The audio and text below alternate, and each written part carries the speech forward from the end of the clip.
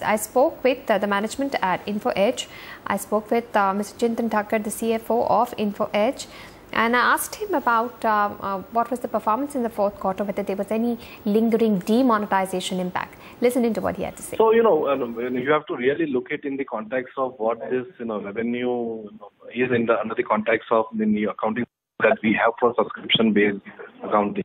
So we have all subscription, and it kind of, it's a 6 months to 12 months kind of subscription, and it gets recognized over a long period of time. So what you really see it as revenue is less to do with what the growth is in this quarter, and it's more to do with how the growth were in the earlier quarter. So it's more of a lag indicator. So the revenue number that you are seeing is actually more because there was an impact in Q3 for demonetization, and that certainly is evident, particularly in the real estate business. But if you really look at the lead indicator, which is more of the total billings that has happened in this quarter, 99acre we have grown about 10%, but overall as a company we have kind of grown about 14%. So that has been the real story if you really see from the billing perspective. Can you talk about Naukri? What was the performance of Naukri? Well, I understand a lot of media reports around jobs, and particularly in the IT sector, and we have a high exposure to IT business.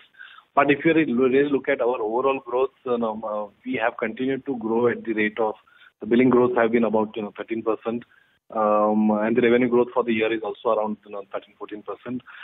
So it's been kind of consistent with what we have seen it last year. So we have not really seen any change in the pattern of growth. We continue to grow, in mid-teens, and our share of overall, IT business on the overall, perspective, that continues to be about 30%. So we had the exposure of about 30% to IT-enabled services, and I think this year also it remains the same. So the pattern has really not changed for us, despite all the news item that we are seeing about the jobs. Yes, in terms of the activity on our job site, in terms of the job speak index that we have, there is a little bit of downturn. So there is a less number of CVs coming on our site, and less job posting happening. But the overall business standpoint, we continue to grow at 13-14% kind of run rate. Was there any pricing change? Can you talk to us about what was the volume growth and what was the realization growth? Well, it's both. There will be a little bit of a volume growth as well. So if you look at from Naukri's standpoint, if you look at the total paid customers, it's kind of gone up about something like about 10%. If you look at the average revenue per customer, that also seems to have gone up. See that it happens in both ways. We will have some kind of price increase also that will happen, but we'll also have the new products and new offerings that we bring into market. When you talk of growth, I think all these factors together kind of gives you the total growth rate. What was the performance of 99acres? You said there was the demonetization impact, and this is one where you've been making investments, but we're not seeing a turnaround. So what can we expect for 99acres going ahead? So Q3, we certainly had demonetization effect in our real estate business.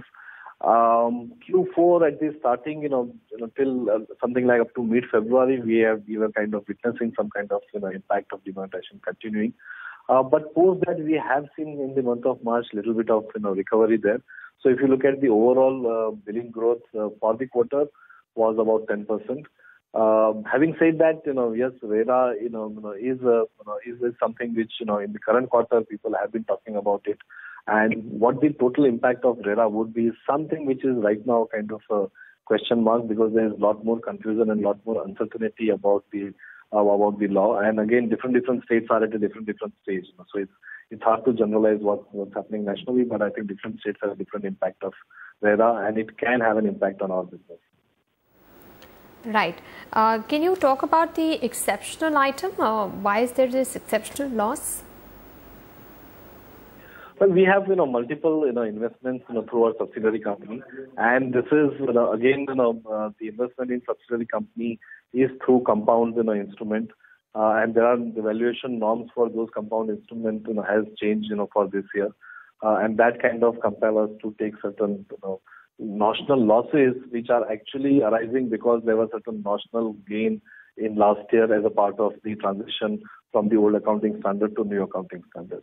So it's actually it's a national accounting entry which offsets the gain that we had taken in the previous year. So that's the major difference, so to speak, of in that exceptional item. Right. Also, if you look at the tax paid in the fourth quarter, it is 3 times the amount you paid in the same period a year ago. Can you talk to us on why tax rate is so high? Well, if you really look at the entire year, probably the tax rates have kind of come down a little bit.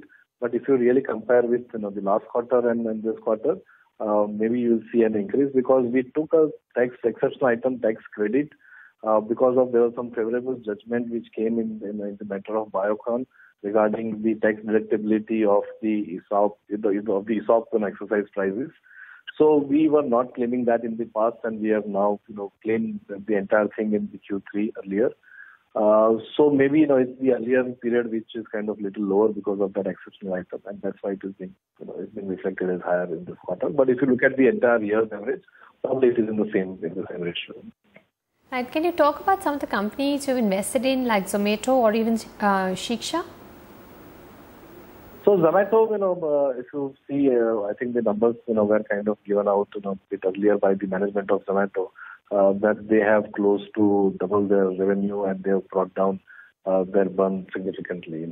So I think that has been a great performance.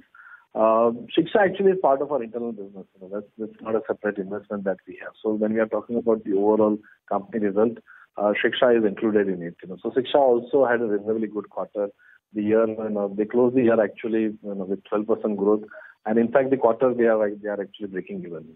So they had a reasonably good year, but a great quarter.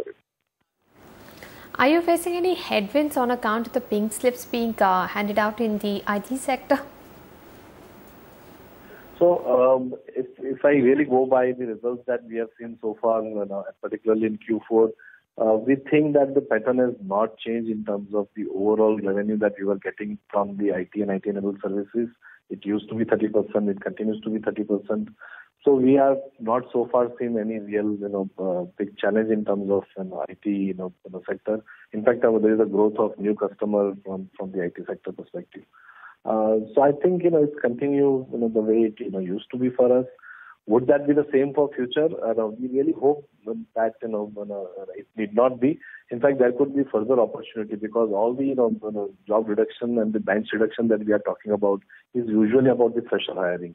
While our portal actually is our sweet spot is in terms of the mid-management hiring.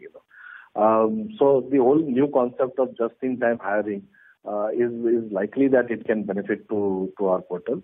But let's see how the future is.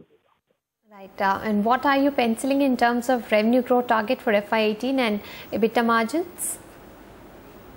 If you really look at last 2 years' performance, we would certainly want to continue the good performance that we have had in the past 2 years.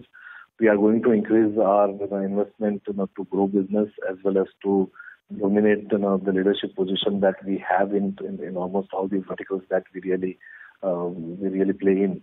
So our objective would be to dominate all the space that we are into.